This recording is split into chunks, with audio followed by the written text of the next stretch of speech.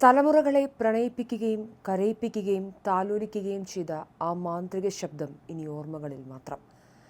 മലയാളികളുടെ മനസ്സിൽ എന്നും തങ്ങി നിൽക്കുന്ന ഒരുപിടി അനശ്വര ഗാനങ്ങൾ സമ്മാനിച്ച ജാനകിയമ്മ വിടവാങ്ങി.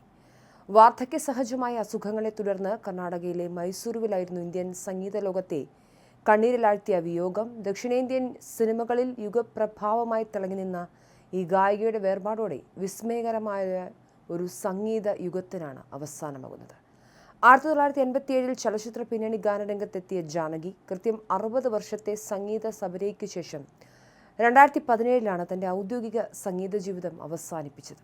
പരേതനായ മുരളീകൃഷ്ണയാണ് ഏക മകൻ. ചിലർ അവരെ ദക്ഷിണേന്ത്യയുടെ വാനമ്പാടി എന്ന് വിളിക്കുമ്പോൾ മറ്റു ചിലർ അവരുടെ സംഗീതത്തിലെ മികവിനെയും ശബ്ദത്തിൻ്റെ വ്യാപ്തിയെയും പാട്ടിലെ കൃത്യതയും ഓർത്ത് അത്ഭുതപ്പെടുന്നു. ഏത് ഭാഷയിൽ പാടിയാലും അവരുടെ തനതായ ശൈലിയിലും സമാനതകളില്ലാത്ത ഉച്ചാരണശുദ്ധിയിലും ആ പൂർണ്ണതയ്ക്കായുള്ള തിരച്ചിൽ ദൃശ്യമാണ്. മലയാളം, തമിഴ്, തെലുങ്ക്, കന്നഡ, ഹിന്ദി ഉൾപ്പെടെയുള്ള പ്രധാന ഇന്ത്യൻ ഭാഷകൾക്ക് പുറമേ ജാപ്പനീസ്, സിംഹള, ജർമ്മൻ, അറബിക് ഉൾപ്പെടെ 20 ഭാഷകളിലായി 48,000-ലധികം ഗാനങ്ങളാണ് ആ സ്വരമാധുര്യത്തിൽ റെക്കോർഡ് ചെയ്യപ്പെട്ടിട്ടുള്ളത്.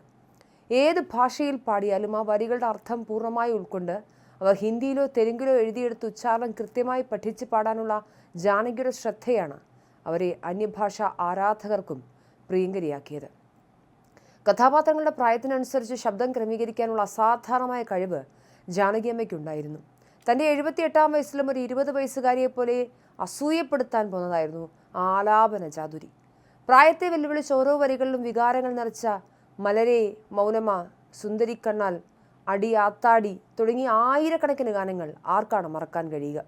ഒരു പാട്ടിൽ കൊച്ചുകുട്ടിയുടെ നിഷ്കളങ്കതയോടെ പാടുമ്പോൾ തൊട്ടടുത്ത പാട്ടിൽ ഒരു വൃദ്ധയായോ അല്ലെങ്കിൽ പ്രണയം തുളുമ്പുന്ന പെൺകുട്ടിയായോ മാറാൻ അവർക്ക് കഴിഞ്ഞു. ഇതിന് ഏറ്റവും വലിയ ഉദാഹരണമാണ് ഭാരതിരാജ സംവിധാനം ചെയ്ത 16 വയതിനിലെ എന്ന ചിത്രത്തിലെ എക്കാലത്തെ മനോഹരമായ സെന്തൂരപ്പൂവേ എന്ന ഗാനം. ഈ പാട്ട് കേൾക്കുമ്പോൾ മനസ്സിൻ്റെ കോണിലേക്ക് ആദ്യം ഓടിയെത്തുക നടി ശ്രീദേവിയുടെ ചടുതലയാർന്ന കൗമാരമുഖമാണ്. എന്നാൽ ആ പാട്ട് പാടുമ്പോൾ എസ് ജാനകിക്ക് വയസ്സ് 40 പ്രായത്തെ പൂർണ്ണമായി തോൽപ്പിച്ച് കൗമാരക്കാരിയായി ശ്രീദേവിയുടെ പ്രായത്തിന് ചേരുന്ന രീതിയിൽ ഒട്ടും ചോർന്നു പോകാത്ത ആവേശത്തോടെയാണ് അവർ ആ ഗാനം ആലപിച്ചത്. ഈ ഗാനമാണ് ജാനകിക്ക് മികച്ച പിന്നണി ഗായികയ്ക്കുള്ള ആദ്യത്തെ ദേശീയ പുരസ്കാരം നേടിക്കൊടുത്തത്.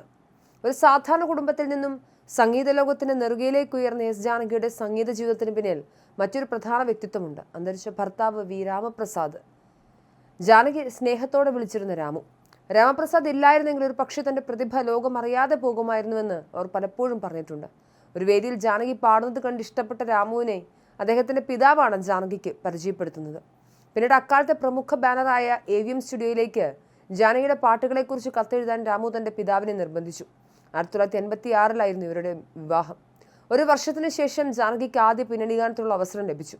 അന്നു മുതൽ എല്ലാ റെക്കോർഡിംഗ് സെഷനുകളിലും നിഴലായി രാമു ഒപ്പമുണ്ടായിരുന്നു. തൻ്റെ ജീവിതം മുഴുവൻ അദ്ദേഹം ഭാര്യയുടെ സംഗീതത്തിനായി സമർപ്പിച്ചു.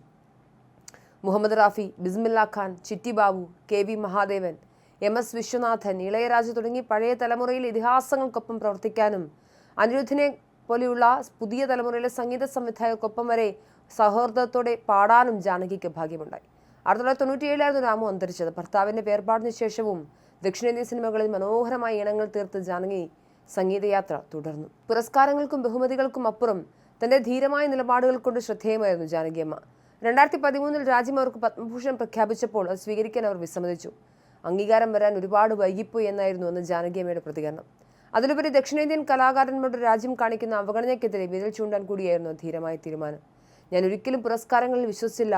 ആളുകൾക്ക് എൻ്റെ പാട്ടുകൾ ഇഷ്ടപ്പെടുകയും അവരെന്നെ ഓർമ്മിപ്പിക്കുകയും ചെയ്യുന്നുണ്ട്. അതുതന്നെയാണ് എനിക്ക് ലഭിക്കാവുന്ന ഏറ്റവും വലിയ പുരസ്കാരം എന്നവർ എപ്പോഴും വിശ്വസിച്ചു. കേന്ദ്ര സർക്കാർ ദക്ഷിണേന്ത്യയിൽ നിന്നുള്ള കലാകാരന്മാരെ കൂടുതൽ പരിഗണിക്കണമെന്ന ശക്തമായ നിലപാടും അവർ തുറന്നു പറഞ്ഞു.